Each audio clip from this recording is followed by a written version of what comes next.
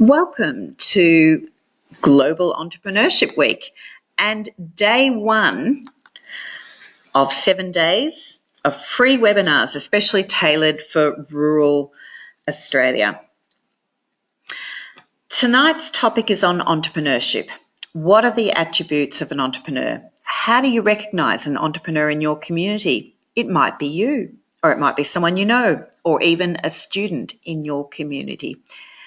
What does it matter, and why should we value them? Tonight is a conversation to help you understand more about entrepreneurship, and we will have a bit of time at the end for questions, or you can type into the chat box as we go.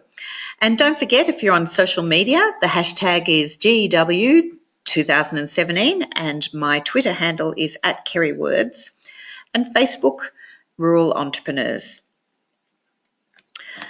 For those of you who don't know me, I'm Kerry Anderson. I was raised in small business in a rural town and have owned small businesses myself. I wrote a book, and I've also just come back recently from the USA, my fourth trip actually. This time I attended a summit sharing best practice building entrepreneurial ecosystems. Currently, I'm working with rural towns across Australia with the Operation Next Gen program. I also speak frequently at conferences and conduct workshops in communities. From time to time, I also conduct research through community engagement. So please feel free to contact me if you are interested in using my services. So, what is an entrepreneur? Perception is young person driving a Porsche, became a millionaire in a couple of years. Very far from the truth, I would like to say. If you look at a definition of an entrepreneur, it's rather simple. It talks about setting up a business, taking on financial risks in the hope of profit. Well, business, yes. Profit, definitely. Risks, I'd like to talk more about that later. It's all open to interpretation, isn't it?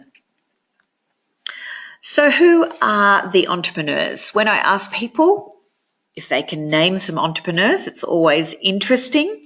Harder to think of the Australian ones. Very easy to think of people like Steve Jobs.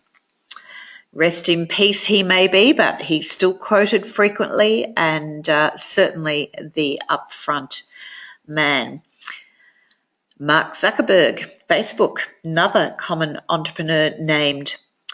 And in the top three is always Richard Branson, very good at getting himself out in the media as an entrepreneur.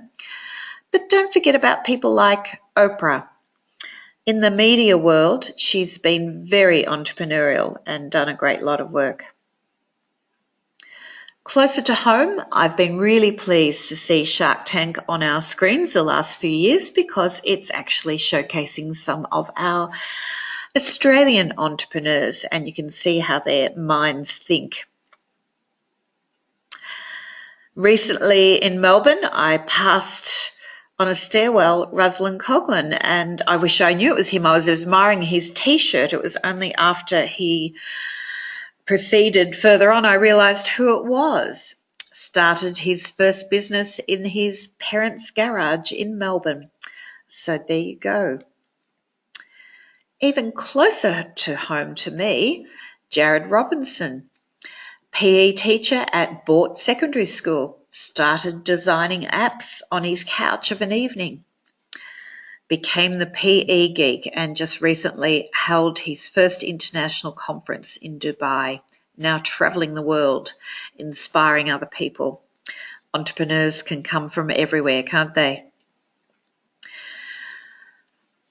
In my own hometown, Elise Brown purchased Fair Dinkum dog coats and wholesale business and turned it into an online business.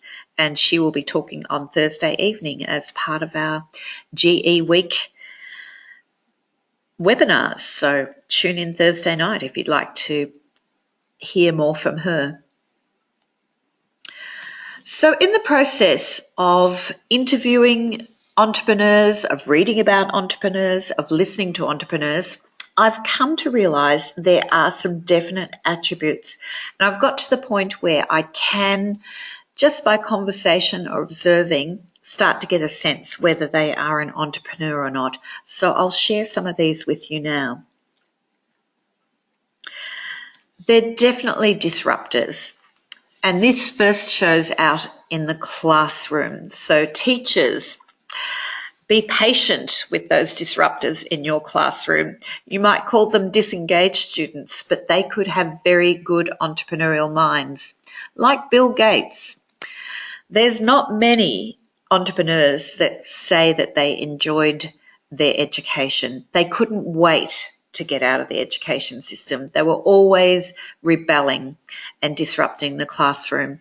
Like Jordan Knight, who went to Big Hill Primary School just outside Bendigo and then later went into the Catholic college system. I think the teachers there are still recovering from Jordan attending that school. And as he said, he was very grateful he was underage, or he might have been labelled a criminal. He's gone on to become a software designer and has founded some successful companies as well. In the business world, they continue to be disruptors because they're always looking to do things differently. They get bored. They like a challenge. They're looking for problems to solve. So just bear that in mind. When you hear about people being disruptors, that is part of that entrepreneurial mindset. They're problem solvers, and I love this story from Kahuna. Young Travis Howard, his family owned a dairy farm but sold it up, so he was doing some relief milking and noticed there was an outbreak of mastitis, which is very, very painful for the cattle in their udders, and it comes from lying on wet, muddy ground. Simultaneously, he heard a local councillor say that they'd open a green waste depot and didn't know what to do with all the green waste piling up. So Travis thought of a solution to the problem. He went and gathered the green waste free of charge because the council was so happy to get it out their gates, and took it to the dairy farm, laid it down as bedding for these cattle so that they weren't lying on that muddy ground. A few months later, when it was all trampled and enhanced with some manure and other items, he gathered it up and took it to a paddock that was unproductive. That's another problem in that Kahuna area. The high salinity in the paddocks, they're not often productive. So he got permission from a local farmer to use a vacant paddock that was unusable. And he piled that manured green waste into rows and turned it constantly to create a new product. And that mulch, he was then able to top dress those paddocks and improve the fertility and productiveness of them, and also sell it back to other places in town, lawns and veggie gardens. He created a little business by solving 3 problems all at once. And the farmer that he based his business on was very happy because his paddocks were back in operation within a few years. So he now moves around from paddock to paddock, improving them with his red organics business. They also have the ability to look at existing landscapes with fresh eyes. And in my hometown of Castlemaine, there was a woolen mill, and in the 1980s, it burnt down, or a good part of it did. So here we had about 4 acres of a mix of very old buildings, more recent ones, and just vacant space. And this farmer decided he wanted to diversify, and he had the vision for something new for this very big industrial site. And he turned it into what is known as the mill. And room by room, building by building, inch by inch on this site, he is leasing it out to business owners who share his vision. It's become a tourist hub. We have cafes, ice creameries. They even roast coffee using that big chimney that you can see in this photograph. there are furniture makers, there are bazaars, there are engineering firms. It is really turning into a wonderful creative hub, and this gentleman's ability to look at existing landscapes with fresh eyes was integral to his success. Entrepreneurs are also avid researchers, and Andrea Harrison from Birchip created Kawaii Kids, which started off as an online business. As a farmer's wife and a young mother, did she know how to create a website? No. Was she a graphic artist? No. Did she know how to import clothes? No. She researched. She started off by selling items through eBay just to get a feel for the market. She Googled. She went into Facebook chat rooms and forums. She just researched until she was an expert in that. And then she tried. And yes, she failed on some instances, but she learnt. It was part of her research was failure. And now she's a very successful businesswoman. Entrepreneurs have high self-belief, and I cannot believe the self-belief of this group of people from Witchyproof in the Mallee. They started the very successful bakery on Broadway. Now, this group of people are teachers, farmers, truck drivers. Could they bake? No. But they did know that what would be successful would be a bakery in their town. That high self-belief got them through quite a long period of getting it set up and attracting the skilled workers to come to Witchyproof and run their business, and it has just been so successful. I was delighted to see that they were winners of the Regional Achievers Award recently, and very deservedly so. So stop off in Calder on the Calder Highway next time you go through Witchyproof, and I will have one of the partners, Anne, talking with us on Friday, I think it is. So tune in then. They're also calculated risk takers, and notice I put the word calculated in front of there. People tend to associate entrepreneurs with just risk, but I believe because they do research, because they are problem solvers, because they have that ability to look at existing landscapes with fresh eyes, and they do have that self-belief that they know what they're doing, they are calculated risk takers instead. And when I saw that calculated risk taking when I interviewed Naomi Ingleton from the King Valley Dairy, and she took a risk when she formed a company and had to relinquish some of her control, but it was a very well researched one and is working out very well for her. So how do you know if you have entrepreneurial qualities? There is actually a survey you can take, and this is something I picked up in the United States many years ago. I had to adapt the wording to become more Australian, if you like. And you can do a quick skip through the questions, and it's really something that you shouldn't dwell on. You just take your first reaction, a yes, a maybe, or a no. And then you add up all the points and it will give you a summary of where you maybe sit in terms of being an entrepreneur or a good business person or someone that would be a good partner. Not everybody wants to be in business or has the ability to be in business, but it's really good to do this survey even if you're not an entrepreneur, because it gives you a sense of what they may be. And it includes lots of questions along the lines of what I've just spoken about. Are you prepared to do things differently? Are you excited by a challenge or change? And if you'd like to take that survey, please contact me and I can send you a copy by email.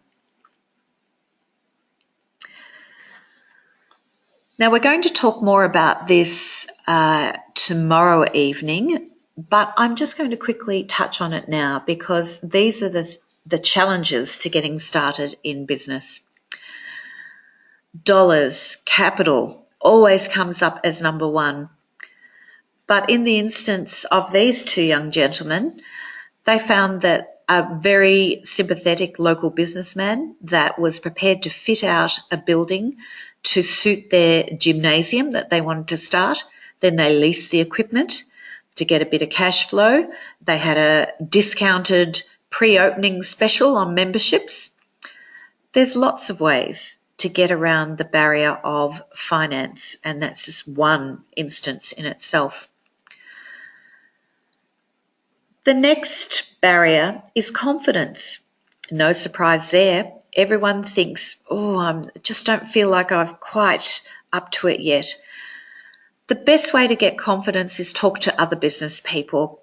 And Sarah Salmon of Simply Roses in Swan Hill is commonly a mentor to others, and she used mentors as she was building up her business.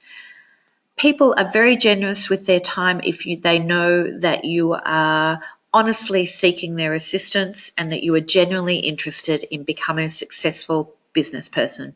So don't hesitate to ask. Go and find your mentors, and it might be one in different areas. You might have multiple mentors. Skills.